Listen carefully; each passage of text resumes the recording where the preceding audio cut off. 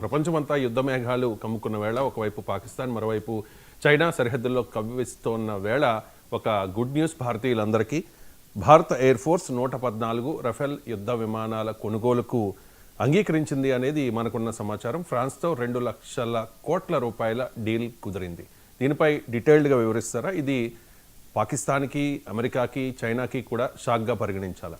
ఎంజీరావు గారు. ఎస్ అండి, medium combat multi role aircraft అనే ఒక ఒప్పందం ప్రకారం అంటే మనకేమిటంటే భారత ఎయిర్ ఫోర్స్ కావాల్సింది ఏంటంటే multi role air fighters, multi role aircraft కావాలి. ఎందుకంటే భారతదేశ పరిస్థితులు ఆ విధంగా ఉంటాయి అన్నమాట. ఇప్పుడు భారతదేశం ఫ్రాన్స్ దేశం నుంచి ఫ్రాన్స్ డసాల్ట్ ఏవియేషన్ తయారు చేసే రఫేల్ ఫైటర్స్ని 114ని దిగుమతి చేసుకుంటున్నాం. ఇది ఇప్పుడు భారత ఎయిర్ ఫోర్సు నిర్ణయం తీసుకుని, ఎందుకంటే భారత ఎయిర్ ఫోర్స్ నిర్ణయం తీసుకుని భారత ప్రభుత్వానికి ప్రపోజల్ ఇచ్చింది. అంటే భారత ప్రభుత్వం కూడా ఇంకా డిసైడ్ అయిపోయింది. ఫ్రాన్స్ నుంచి డసాల్ట్ ఏవియేషన్ నుంచి 114 multi role medium aircraft, combat ఎయిర్ క్రాఫ్ట్ని దిగుమతి చేసుకోవడానికి. ఇందులో చాలా విశిష్టత మనకు ఉందండి. ఎందుకంటే భారతదేశం గత 2 సంవత్సరాలుగా 3 నుంచి 2 సంవత్సరాలుగా వడపోస్తుందన్నమాట. ప్రపంచంలో ఏ యుద్ధ విమానం భారతదేశ అవసరాలకి సరిపోతుంది అని.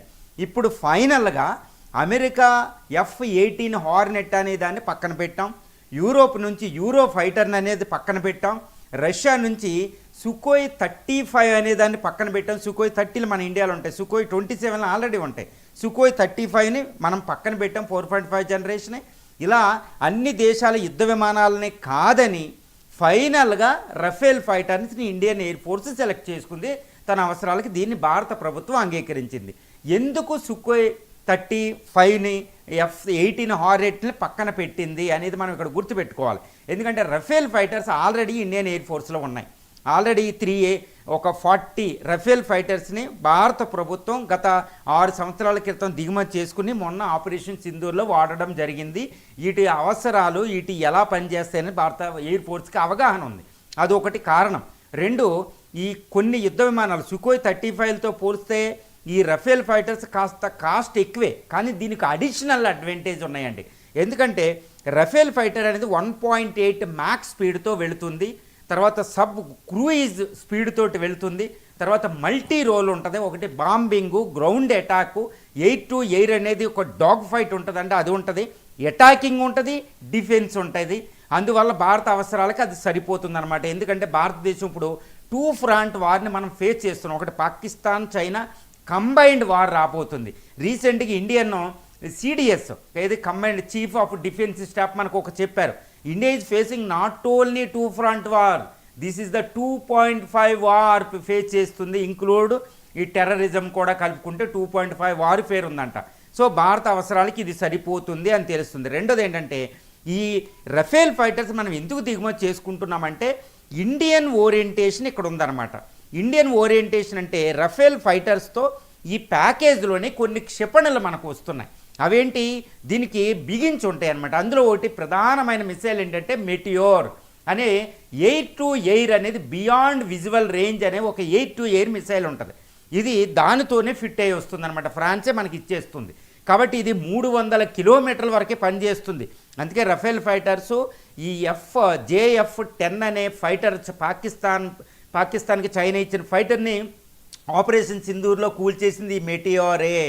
కాబట్టి ఇది మనకి చాలా అవసరం. చైనా, పాకిస్తాన్ భయపడిపోతున్నాయి, వాళ్ళ దగ్గర ఈ మిసైల్ లేదు. ఈ మెటియోర్ ఈ ప్యాకేజీలో భాగంగా వస్తుంది. దీంతోపాటు స్కాల్ప్, హ్యామర్ అనే మిసైల్స్ కూడా మనకు వస్తుంది. 8 గ్రౌండ్ అటాక్ చేయగలుగుతాయి. ఇవి కూడా అధునాతనమైన క్షిపణులు అనమాట. అవి కూడా ఈ రఫేల్ ఫైటర్స్తో కలిపి మనకు వస్తున్నాయి. ఈ విధంగా స్కాల్ప్, మెటియోరు, హ్యామర్ అనే మిసైల్స్ ఈ ప్యాకేజీలో భాగంగా వస్తున్నాయండి. మళ్ళీ వాటిని తయారు చేయాలంటే చాలా కష్టం. 2 మనకి భారతదేశానికి అస్త్రా ఇవి ఉన్నాయి కాబట్టి ఇవి వేరే చోట వాడుతున్నాం. రష్యా నుంచి R-37 తెచ్చుకుంటున్నాం, అది వేరే దాంట్లో వాడుతున్నాం. సుకోయ్ 30 ఫైటర్స్ వేరే వాటిలో వాడుతున్నాం. కాబట్టి ఇవి అడిషనల్ అడ్వాంటేజ్ వస్తుందన్నమాట ఈ క్షిపణులు. ఇవి మనకు వస్తున్నాయి ఈ మిసైల్స్. దీంతోపాటు ఇప్పుడు ఈ కాంట్రాక్ట్లో భాగంగా ఈ కాంట్రాక్ట్ టోటల్ వాల్యూ 2 లక్షల కోట్ల రూపాయలు. అక్షరాల 2 లక్షల కోట్ల రూపాయలు అంటే ప్రస్తుతం డాలర్ ఇండియా మార్కంలో చూస్తేనండి అది ఎంత అంటే $27 బిలియన్. అంటే ఇండియన్ ఎయిర్ ఫోర్స్, మన ఇండియా మిలిటరీ ఇంపోర్ట్లోనే అతిపెద్ద కాంట్రాక్ట్ అయ్యింది. దీనికోసం అటు అమెరికా, రష్యా, యూరోపియన్ యూనియన్ కంట్రీలు, తర్వాత ఈ దేశాలన్నీ పోటీ పడి ఇది ఎవరికి ఇస్తారని ఫైనల్గా మనం ఫ్రాన్స్ని చూజ్ చేసుకున్నాం. ఎందుకంటే రఫేల్ ఫైటర్స్ అనేది మనకి చాలా ఇంపార్టెంట్. ఈ రఫేల్ అనేది ఒక్కో దాని కాస్ట్ సుమారు 1800 కోట్ల వరకు ఉంటుందండి. మొత్తం 2 లక్షల కోట్ల రూపాయల కాంట్రాక్టు. ఇక్కడ ఒక ట్విస్ట్ ఉంది.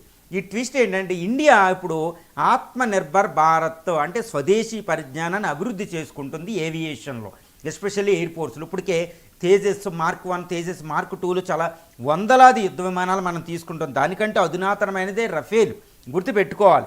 ఈ కాంట్రాక్ట్తో ఎన్ని ప్రయోజనాలు ఉన్నాయో చూడండి. ఎంత భయంకరమైన దౌత్యం చేస్తామంటే మనం చాలా బేరసారాలు ఉంటాయి. ఈ యుద్ధ విమానాన్ని 1800 కోట్లకు ఒక్కోదాన్ని మనం దిగుమతి చేసుకుంటాం. కానీ ఈ యుద్ధ విమానాల తయారీ ఇన్నిట్లో 60% వస్తువులు ఇండియా ఉంటాయి. అంటే ఆఫ్సెట్ కాంట్రాక్ట్ అంటారు. అంటే 2 లక్షల కోట్ల రూపాయల విలువైన కాంట్రాక్ట్లో 1,20,000 కోట్ల రూపాయల వస్తువులు భారతదేశానివే ఉంటాయి. అంటే దీన్ని ఆఫ్సెట్ అంటారు, డిఫెన్స్ కాంట్రాక్ట్. సో మనం స్వదేశీ పరిజ్ఞానంతోనే అభివృద్ధి చేస్తాం. కొన్ని యుద్ధ విమానాలే డసాల్ట్ ఏవియేషన్ ఫ్రాన్స్ నుంచి మనకు వస్తాయి. మిగిలిన 114లో సుమారు ఒక 20 డైరెక్ట్గా వస్తాయండి. మిగిలిన అన్ని భారతదేశంలో బెంగళూరు, హైదరాబాద్ అంట, ఎక్కువగా హైదరాబాద్ అని తెలుస్తుంది. ఈ హాల్ దాంట్లో మనం తయారు చేస్తాం. ఈ సుఖోయ్ 30 ఫైటర్స్ ఎలా తయారు చేస్తున్నాం రష్యా నుంచి. ఈ విధంగా చాలా టెక్నాలజీ మనకు వస్తుంది. సో ఎయిర్ ఫోర్స్ కోడ్ అనేది కూడా ఫ్రాన్స్ ఇవ్వడానికి అంగీకరించింది. టెక్నాలజీ చాలా వరకు ట్రాన్స్ఫర్ అవుతుంది. అంటే రష్యా మనకి ఇచ్చిన విధంగా ఫ్రాన్స్ ఒప్పుకుంది.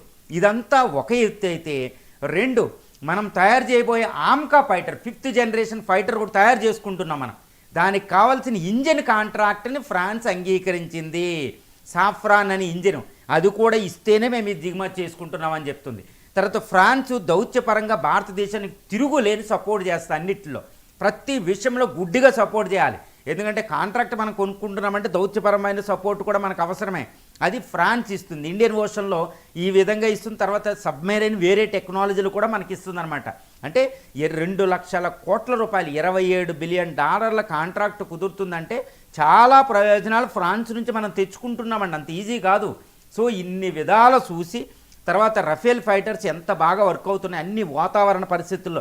అక్కడ హిమాలయాల నుంచి -0 నుండి సియాచిన్ గ్లేషియర్ లాంటి ఏరియాల నుండి ఇటు ఫ్రాన్స్ సరిహద్దు, డెజర్ట్, ఇవన్నిటిలో ఇది పనికొస్తుంది. తర్వాత ఇంకొక విషయం ఏంటంటే 114 విమానాలు రఫేల్ ఫైటర్సే కాదండి, ఇంకొక 26 రఫేల్ ఫైటర్స్ని ఐఎన్ఎస్ విక్రాంత్, ఐఎన్ఎస్ విక్రమాదిత్యాల మీద మోహరించడానికి ఈ రఫేల్ 1C అనే ఒక నావెల్ కూడా ఇంకో దిగుమతి చేసుకుంటున్నాం, ఇంకో 25 ఫైటర్ని.